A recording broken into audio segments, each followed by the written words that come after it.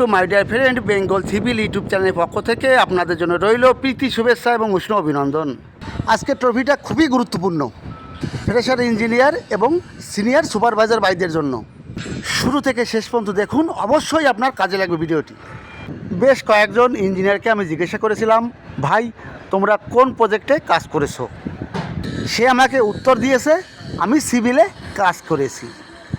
এই সবগুলোই তো সিভিলের ভিতরে পড়ে।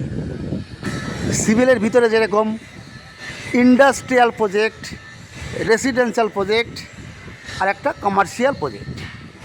এখানে যে প্রজেক্টটার কাজ চলছে সেটি হচ্ছে ইন্ডাস্ট্রিয়াল প্রজেক্ট।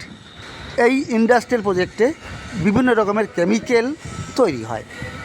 আর রেসিডেন্সিয়াল বিল্ডিং কোনটা?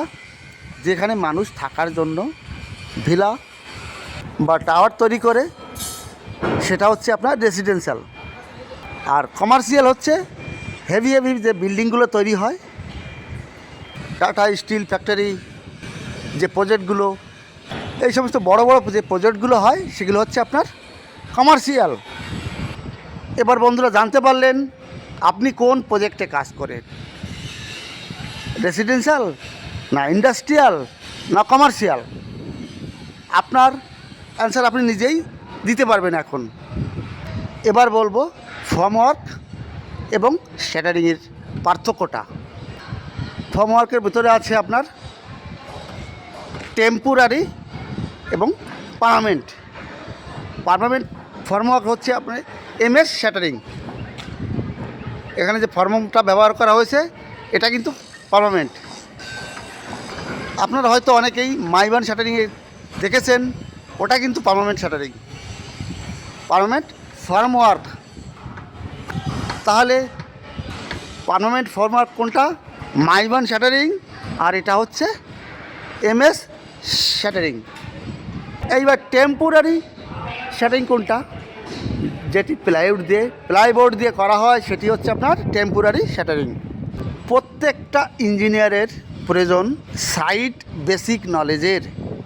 সাইট বেসিক নলেজ থাকলে আপনি যেখানেই যাবেন না কেন আপনাকে কেউ আটকাতে পারবে না, আপনি সাকসেস হবেনই। নেক্সট দেখতে পাচ্ছেন এটি 8 mm ডায়া 8 মিলি রড আছে। এই রড যদি এই 90 ডিগ্রি ব্যান্ড করি তাহলে কত বাড়বে? এই ব্যান্ড করলে এই টাইপের কত বাড়ে? এইবার 8 মিলির জায়গা যদি 10 মিলি হতো কত বাড়তো? একটা ফর্মুলা জেনে রাখুন। এটি আছে 8 মিলি রড, এই 90 ডিগ্রি ব্যান্ড করলে 16 বাড়ে, 16 মিলি বাড়বে। যত এর ডায়ার রড হবে তার ডবল বাড়বে 90 ডিগ্রি ব্যান্ড করলে। ক্লিয়ার? এটা যদি 20 মিলি রড হতো তাহলে 90 ডিগ্রি ব্যান্ড করলে কত বাড়তো?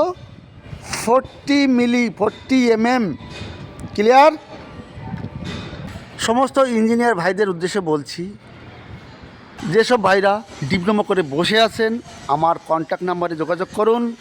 সিভিল জবের requirement urgent basis, industrial project in Gujarat, urgent joining.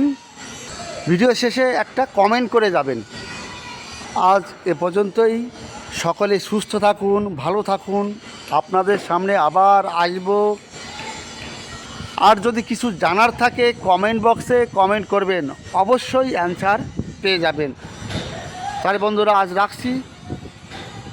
All the best.